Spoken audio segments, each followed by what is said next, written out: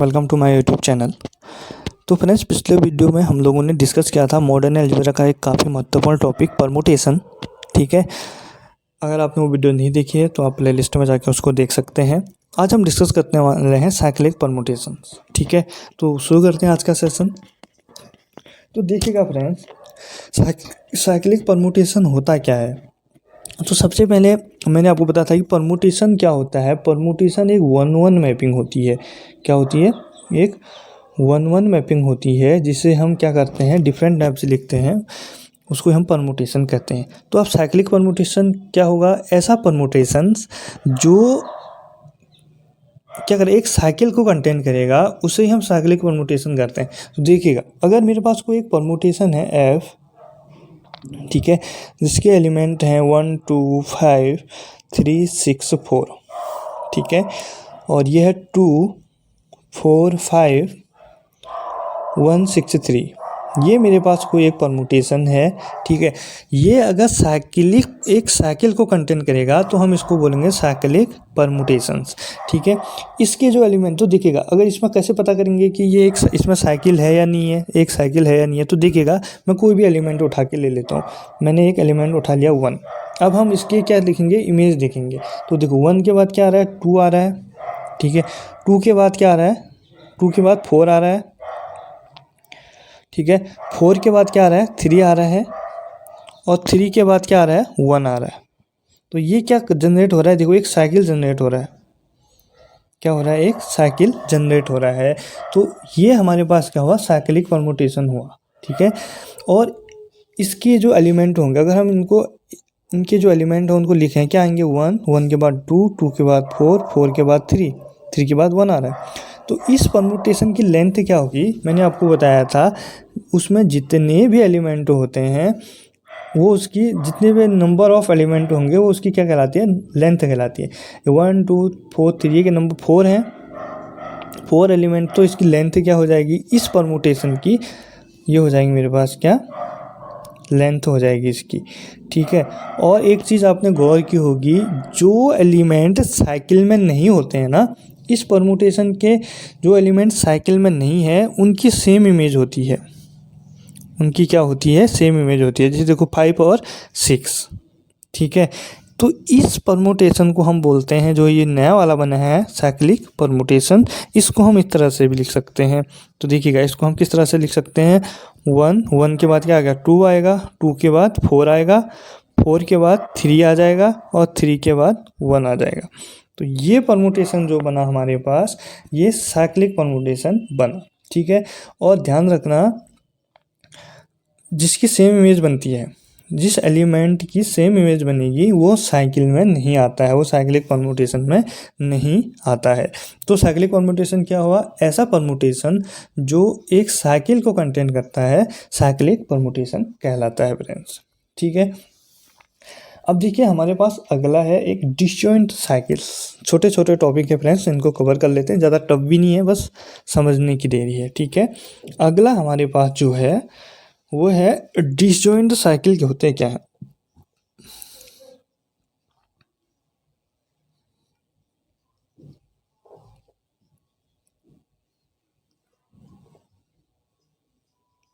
Disjoint cycles क्या होते हैं, अगर मैं बात करूं, अगर मेरे पास कोई दो क्या हैं, दो साइकिल्स हैं, क्या हैं, दो साइकिल हैं, और इनमें कोई भी कॉमन एलिमेंट नहीं है, no common element, no common element. अगर ऐसे दो साइकिल जिसमें कोई भी कॉमन एलिमेंट नहीं होते हैं, वो डिसजॉइंट साइकिल कहलाते हैं।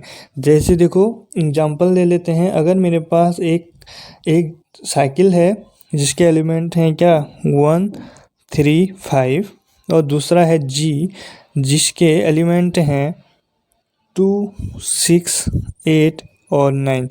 तो इनमें देखो, कोई भी एलिमेंट क्या है, कॉमन नहीं है। तो ये वाले जो साइकिल होंगे, ये कहलाएंगे हमारे पास डिसजॉइंट साइकिल।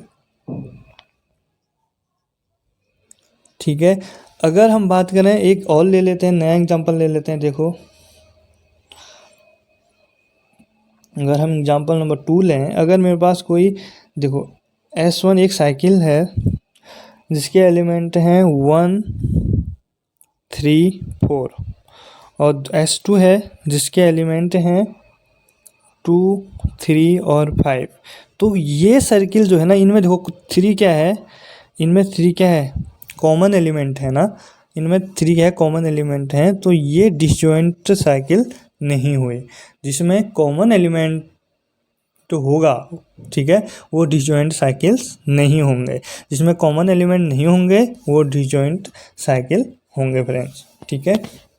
इन बातों को ध्यान में रखिएगा। एक चीज़ और देखिएगा, जो डिसजॉइंट साइकिल होते हैं ना, जिनमें कॉमन एलिमेंट नहीं होते हैं, ये हमेशा कम्यूटेटिव लॉ को होल्ड करते हैं। मतलब मैं कहना चाह रहा हूँ F G is equal to G F होगा।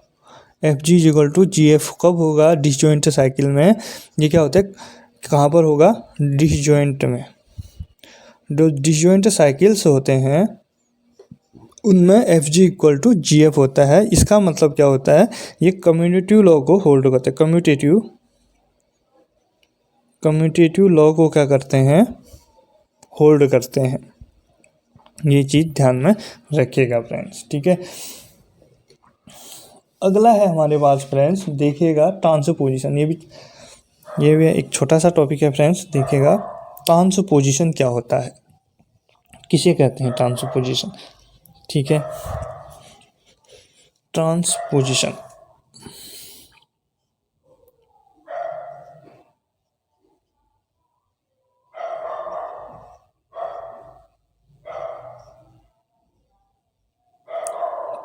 ट्रांसपोजिशन की बात करते हैं ना, अगर किसी साइकिल की लेंथ क्या होती है, अगर किसी साइकिल की जो लेंथ होती है फ्रेंड्स, वो क्या होती है, अगर वो 2 होती है तो उसको हम बोलते हैं ट्रांसपोजिशन।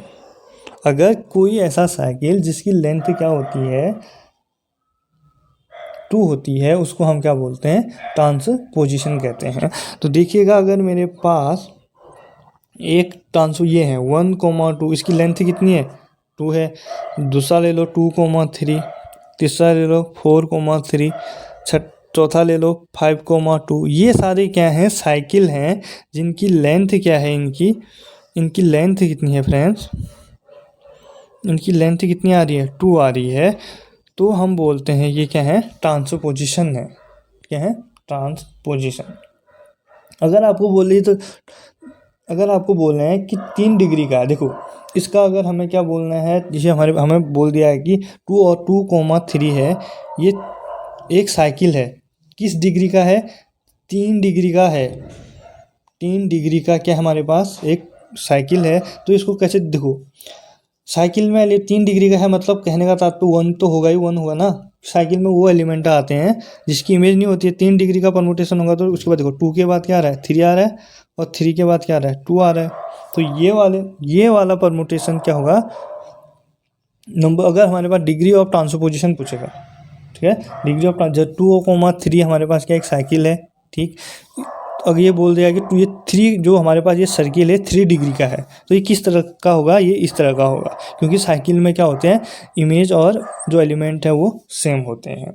तो ध्यान रखना, जिसकी लेंथ 2 होती है उसको हम बोलते हैं ट्रांसपोजिशन, ठीक है। ऐसा साइकिल जिसकी लेंथ क्या होती है, 2 होती है, वो ट्रांसपोजिशन कहलाता है। अगला हमारे पास देखिएगा, यहाँ से प्रश्न पूछ सकता है एग्जाम में, इवन और odd permutation, even and odd permutation.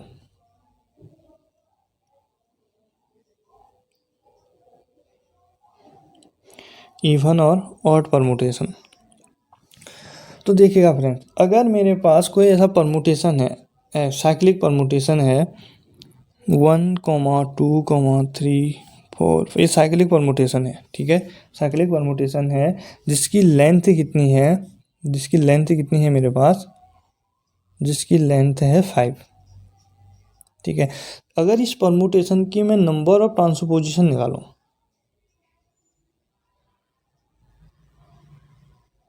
Number of transposition कैसे निकलेंगे, क्या आ जाएंगे इसके नंबर ऑफ ट्रांसपोजिशन, 1,2, एक आप जिसकी लेंथ 2 होती है ना, एक एक के 1 के 2 बना लो, कितने आ गए, 4 आ गए। नंबर ऑफ ट्रांसपोजिशन कितने आ गए, 4 आ गए। तो इसकी जो कितने आ गए, नंबर ऑफ ट्रांसपोजिशन आ गए हमारे पास 4। ये 4 क्या होता है, इवन होता है। तो हम इस साइकिल को क्या बोलेंगे, इवन परमुटेशन। तो जिस परमुटेशन का नंबर ऑफ ट्रांसपोजिशन इवन आता है, ध्यान रखिएगा, जिस परमुटेशन का नंबर ऑफ ट्रांसपोजिशन क्या आते हैं, इवन आते हैं, वो इवन परमुटेशन कहलाता है। तो ऑड परमुटेशन क्या होगा, जिस परमुटेशन के नंबर ऑफ ट्रांसपोजिशन, देखो अगर आपको नंबर ऑफ ट्रांसपोजिशन, अगर आप नंबर ऑफ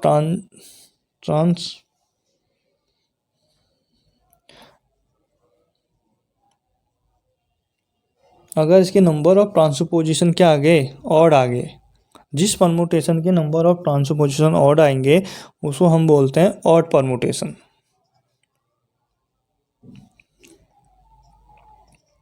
ठीक है। तो इवन परमुटेशन क्या हो गया, नंबर ऑफ ट्रांसपोजिशन अगर हमारे पास इवन आ गए तो even permutation, number of transposition अगर ऑड आ गए तो ऑड परमुटेशन। ठीक है। तो इसके कुछ महत्वपूर्ण पॉइंट हैं, फ्रेंड्स ध्यान में रखिएगा। नंबर 1 पॉइंट देखिएगा,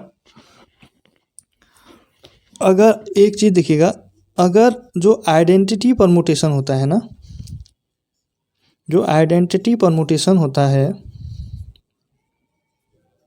आइडेंटिटी परमुटेशन ऑलवेज इवन होता है, always even permutation. Identity permutation जो होता है वो ऑलवेज इवन परमुटेशन होता है। और अगर दो इवन का, अगर देखो, अगर हमारा टू इवन परमुटेशन का अगर हम परमुटेशन का अगर हम क्या करें, प्रोडक्ट करें, अगर हम 2 इवन परमुटेशन का प्रोडक्ट करते हैं तो हमारे पास जो रिजल्टेंट मिलता है वो इवन मिलता है। अगर हम 2 ऑड परमुटेशन का करें, अगर हम क्या करें, 2 ऑड परमुटेशन का क्या करें, प्रोडक्ट करते हैं, तो हमारे पास फिर भी इवन परमुटेशन ही मिलता है। ठीक है, ध्यान रखना, इवन परमुटेशन मिलता है। ठीक है। और एक ऑड है और इवन परमुटेशन है। अगर हम इनका क्या करें, प्रोडक्ट करें, क्या करें, प्रोडक्ट करते हैं, तो हमें फिर इवन परमुटेशन, सॉरी एक ऑड और एक इवन है तो हमेशा हमें क्या मिलेगा, ऑड परमुटेशन मिलेगा। क्या मिलेगा, ऑड परमुटेशन मिलेगा। तो कुछ ये पॉइंट हैं, इनको ध्यान में रखिएगा। आपको समझ में आएगा इवन परमुटेशन क्या होगा। अगर नंबर ऑफ ट्रांसपोजिशन इवन आ गए तो इवन परमुटेशन, अगर नंबर ऑफ ट्रांसपोजिशन हमारे पास ऑड आ गए तो ऑड परमुटेशन। जो आइडेंटिटी परमुटेशन होता है ये ऑलवेज इवन परमुटेशन होता है। और 2 इवन परमुटेशन का अगर हम प्रोडक्ट करते हैं तो हमें इवन परमुटेशन मिलता है। अगर हम 2 ऑड परमुटेशन का प्रोडक्ट करते हैं तो हमें इवन प्रोडक्ट मिलता है। और एक ऑड परमुटेशन और एक इवन परमुटेशन का अगर हम प्रोडक्ट करेंगे तो वहाँ पर हमें ऑड परमुटेशन मिलेगा फ्रेंड्स। तो फ्रेंड्स ये था आज का सेशन। अगर आपको वीडियो पसंद आता है तो लाइक करें, शेयर करें और सब्सक्राइब करना बिल्कुल मत भूलिएगा। मिलते हैं हम अगले वीडियो में एक अगले टॉपिक के साथ। तब तक के लिए बाय बाय।